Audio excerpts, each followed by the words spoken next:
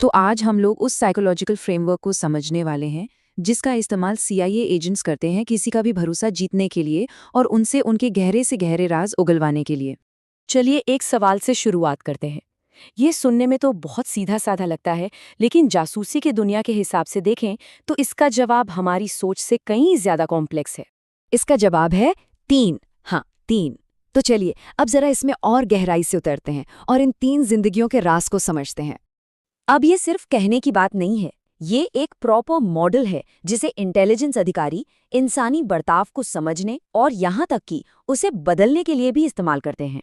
तो इस 3 part framework को समझना ही आप कह सकते हैं इस पूरी प्रोसेस का सबसे पहला और सबसे ज़रूरी स्टेप है। अब जो इंटरेस्टिंग बात है ना इस स्लाइड में, वो ये है कि ये हमारी पहचान को भरोसे की अलग अलग लेयर्स में कैसे बांटती है। पहली वो जो हम पूरी दुनिया को दिखाते हैं और आखिरी वो जो हम शायद खुद से भी छिपाते हैं।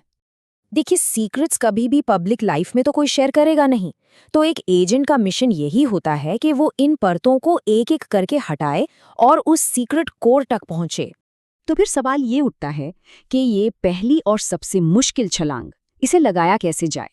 चलिए इसकी पहली टेक्निक देखते हैं। और ये जो स्लाइड है ना, ये उस बारीक अंतर को बहुत अच्छे से समझाती है जिसकी जरूरत पड़ती है। आप कोई नकली राज नहीं बनाते। सोचिए, अगर आप अचानक कहते हैं कि मुझे ये खाना पसंद नहीं, तो बात वहीं पर खत्म हो जाएगी।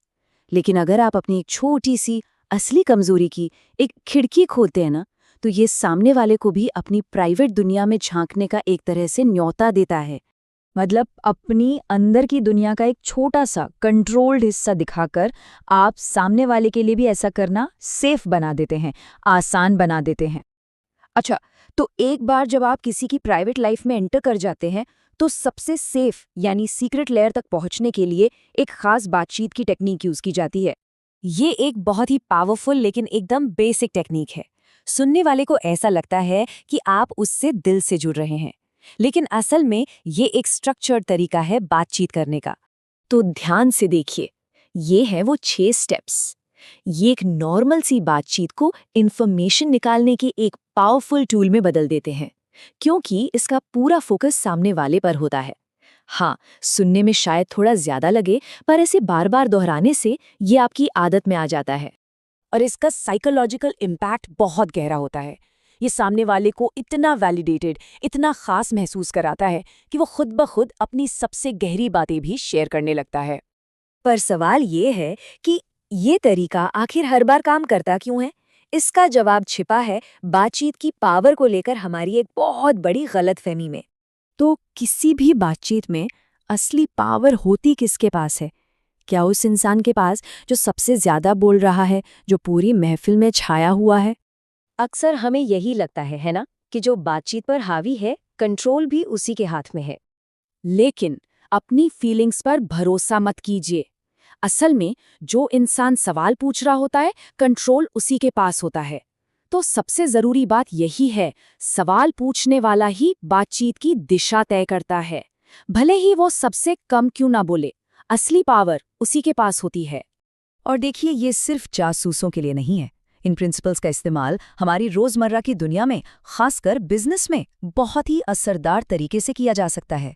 सोर्स का तो ये तक दावा है कि ह्यूमन साइकोलॉजी की इसी समझ की वजह से उनकी कंपनी ने लगातार 3 साल तक हर साल 300% की ग्रोथ हासिल की। और ये सेल्स और मार्केटिंग में क्यों काम करता है? वजह बिल्कुल साफ है। लोग चाहते हैं कि उन्हें सुना जाए, उनकी बात पर ध्यान दिया जाए और उन्हें वैलिडेशन मिले। एक बेहतरीन सेल्स पर्सन अपना प्रोडक्ट बेचने के बजाय ग्राहक को बोलने का मौका देता है। इससे क्या होता है? ग्राहक को लगता है कि उसे समझा जा रहा है और वो खुद ही सामान खरीदने को तैयार हो जाता है। तो निचोड़ ये है, कमरे में सबसे इंटरेस्टिंग इंसान बनने की कोशिश बंद कीजिए, सबसे ज्यादा इंटरेस्टेड इंसान बनिए। यहाँ पावर अपनी कीमत साबित करने में नहीं, बल्कि दूसरे इंसान को कीमती महसूस कराने में है। तो आखिर में बस एक सवाल, इस जानकारी के साथ जब आप अगली बार किसी से बात करेंगे, तो सवाल कौन पूछ रहा होगा?